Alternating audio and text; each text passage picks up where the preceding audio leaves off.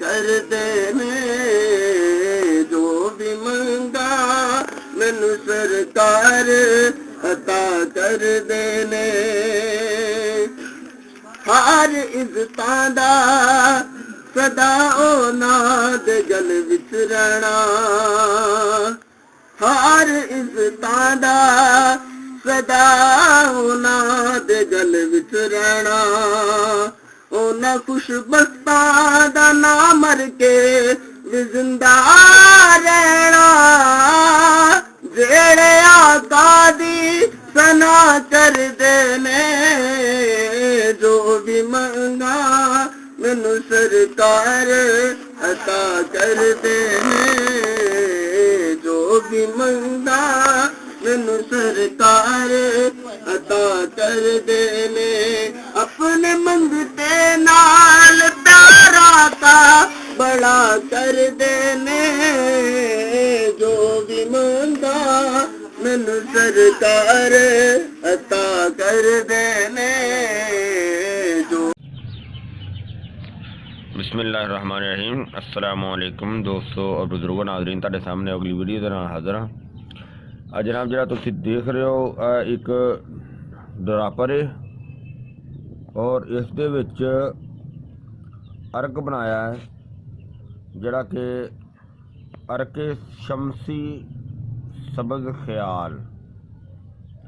इसका नाम है अर्के शमसी सबज़ ख्याल। बहुत ही अच्छी तो बहुत ही आला तो बहुत ही ज़बरदस्त वीडियो, बड़ी इंटरस्टिंग है और बहुत ही ज़्यादा फायदे वाली है और बगैर अपरेट तो इनका बेहतरीन जड़ा ना रिजल्ट है, बहुत ही अच्छा रिजल्ट है। और जनाब ये है किस चीज़ वास्ते आ वो तुहाडे सामने जड़ा इंशाल्लाह सारा तफसील नाल मैं दसांगा और इस वीडियो नूं तुसीं लाजमी शेयर करियो और चैनल नूं सबसक्राइब करियो, बैल आइकन जरा दबा दिओ ताकि आने वाली जी नवी वीडियो उनका नोटिफिकेशन जरा ना जल्द अज जल्द पहुँच जाए, जल्द अज जल्द मिल जाए ताकि आसानी दूसरी वीडियो मिल सके। दोस्तों जी एक मैं पहले वीडियो बनाई सी रसौलियाँ वास्ते जिंदे के कैप्सूल दिखाए सी और तुहानूं मैं इस वीडियो दे विच उस वीडियो का भी लिंक जड़ा ना वो तुहानूं इस वीडियो दे विच नीचे दे देंगा मैं, बल्कि मैं दिखाना अगले क्लिप दे विच तुहानूं इंशाल्लाह जरूर दिखावांगा भी। और ये जड़ा अर्के शमसी सबज़ ख्याल जेड़े मेरे दोस्त इंडिया दे विचों कई राबता करते हैं और उन्हां दे वास्ते ये वे कि वो रणजीत सिंह हकीम भी ने, डॉक्टर भी ने, उन्हां दे कोलों तुहानूं आसानी ये चीज़ जड़ी ना वो मिल सकती है, मिल जाएगी बल्कि इंशाअल्लाह। तो यह जनाब जी चीज़ है जरा कि औरतों के रहम के अंदर रसौलियाँ हो जांदियां ने और जिन्हों ट्यूमर भी कहा जाता है या इस तो इलावा दिमाग के अंदर कोई रसौली हो जाती है, उसके वास्ते ये सबज़ ख्याल बूटी है।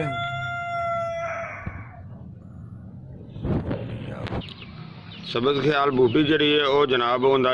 अर्क बनाया गया है और ये तकरीबन जरा ना कि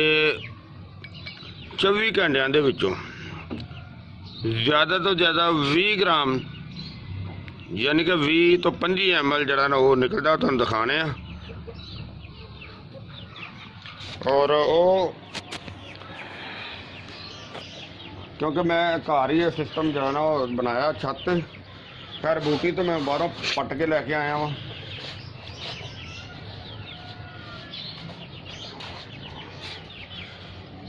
जिस तरह के तुसीं देख रहे हो बर्तन जड़े ना वो मैं रखे हुए ने और ये एक बर्तन दे विच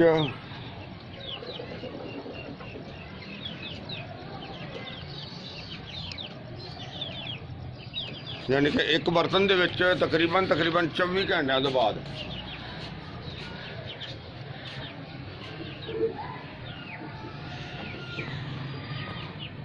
जिस तरह के नज़र आ रहे हैं ना तुहानूं बर्तन, क्योंकि वो अगे जाना थोड़ा जिहा मुश्किल है तो और इन्हों धुप दे विच रखना।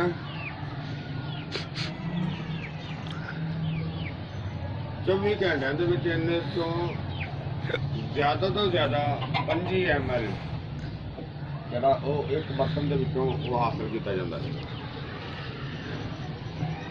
ਇਹ ਸਬਜ਼ ਖਿਆਲ ਬੂਟੀ ਜਿਹੜੀ ਹੈ ਨਾ, ਇਹ ਦਰਅਸਲ ਸਾਡੇ ਇੱਥੇ ਬਹੁਤ ਘੱਟ ਜਿਹੜੀ ਨਾ ਉਹ ਮਿਲਦੀ ਹੈ, ਔਰ ਬੜੀ ਮੁਸ਼ਕਲ ਦੇ ਨਾਲ ਜਿਹੜਾ ਨਾ ਇਹਨੂੰ ਉਹ ਜਿਹੜਾ ਨਾ ਉਹ ਲੱਭ ਕੇ ਹੁੰਦਾ ਜਿਹੜਾ ਨਾ ਪ੍ਰੋਗਰਾਮ ਚਲਾਈਦਾ ਇਹਦਾ, ਕਿਉਂਕਿ ਇਹਦਾ ਜੋਧ ਜਿਹੜਾ ਨਾ ਉਹਦਾ ਤਰੀਕਾ ਇਸਤੇਮਾਲ ਤੁਹਾਨੂੰ ਮੈਂ ਸਾਰਾ ਤਫਸੀਲ ਨਾਲ ਸਮਝਾਉਣਾ। ਫਿਰ ਜਿਸ ਤਰ੍ਹਾਂ ਤੁਸੀਂ ਦੇਖ ਰਹੇ ਹੋ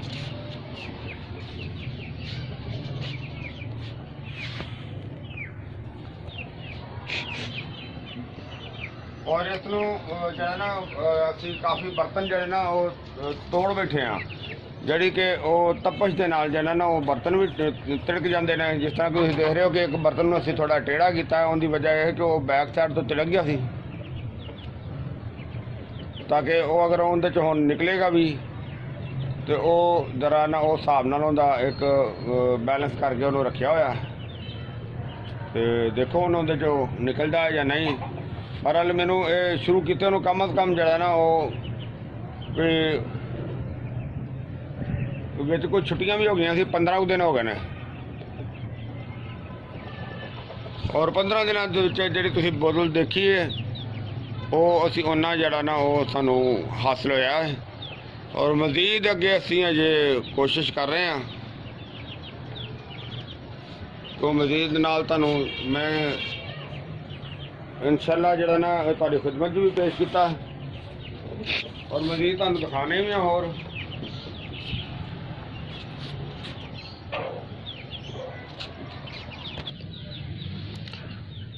जी। यह जिहड़ा ना अर्क जिहड़ा बनाया गया है क्योंकि वो जिहड़े तुसीं पहली वीडियो जिहड़ी तुहानू नाल शेयर करांगे वो भी इसे टॉपिक ते ही रसौली के मतलब, यानी कि इन्होंने दोनों चीज़ उस वीडियो के मैं दस्या होया है इस अर्क के बारे च। तो वो अर्क थोड़ा जिहा लेट हैगा सी, नाले इहदे ते टाइम बहुत लग रहा, इस वजह तो जिहड़ा ना वो हुण इहदे यानी कि इहनूं शुरू किया होया है, तो इस वजह तो मैं क्या फिर नाल ये वीडियो जिहड़ी ना शामिल होनी चाहिए है। और इहदा तरीकाकार ये इस्तेमाल है इहनूं इस्तेमाल करन दा कि वो जिहड़ा कैप्सूल है वो कैप्सूल एक सुबह तो एक शाम उनका इस्तेमाल है। तो यह जी कतरे ने इहदे ये सुबह दोपहर शाम जरा ना वो तकरीबन 20 बूंदा समझ लो, 20 कतरे समझ लो, यानी कि ये अर्क ऐसा है जिहड़ा कि कतरियां दे नाल इस्तेमाल किया जाएगा। और अल्लाह के हुक्म नाल इंशाअल्लाह इंशाअल्लाह इंशाअल्लाह बफज़ल खुदा ते इस दे नाल वो बिल्कुल बीमारी जड़ी ना वो ठीक हो जाएगी, ख़त्म हो जाएगी, जाती रहेगी इंशाअल्लाह। देखो जी अगर बगैर ऑपरेट तो बगैर ऑपरेशन तो हालांकि एक कितना सीरीयस मसला होता है, और क्योंकि दूसरे एलोपैथिक शोबे दे विच तां इहनूं ऑपरेट तो बगैर इहदा हल ही कोई नहीं हैगा, लेकिन यह जिहड़ी हैगा हरबल दा शोबा अल्लाह के हुक्म नाल इहदे नाल इस चीज़ दे विच जिहड़ा ना जरूर इलाज है इस चीज़ का। और इसनूं जिहड़ा ना कि यह लिमिट नहीं हैगी, मतलब है कि महीना भी इस्तेमाल किया जा सकता, 2 भी किया जा सकता, 3 भी किया जा सकता है। अगर उस दे नाल कोई बीमारी की कसर रह जाती है तो इनू उस तो ज़्यादा भी इस्तेमाल किया जा सकता है। जिस तरह कि मैं तुहानूं समझाया कि यह जिहड़ा एक ड्रापर है इनू 20 कतरे सुबह, 20 दोपहर और 20 शाम, और एक कैप्सूल सुबह एक कैप्सूल जरा ना वो शाम नूं, इनका यह तरीकाकार है इस्तेमाल का। तो मैं दोस्तों के बार बार इस चीज़ की दोबारा अपील करना वा कि इस वीडियो नूं तुसीं ज़्यादा तो ज़्यादा शेयर करो, क्योंकि यह जी बड़ी एक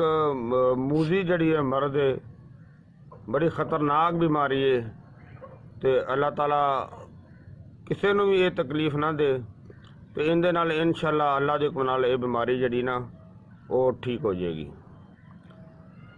इस वीडियो को लाइक करो, शेयर करियो, सबसक्राइब करना बिल्कुल नहीं भूलना। इंशाल्लाह अगली वीडियो के नाल फिर मिलांगे। इजाज़त, अल्लाह हाफिज़, अस्सलामु अलैकुम वरहमतुल्लाहि वबरकातुहू।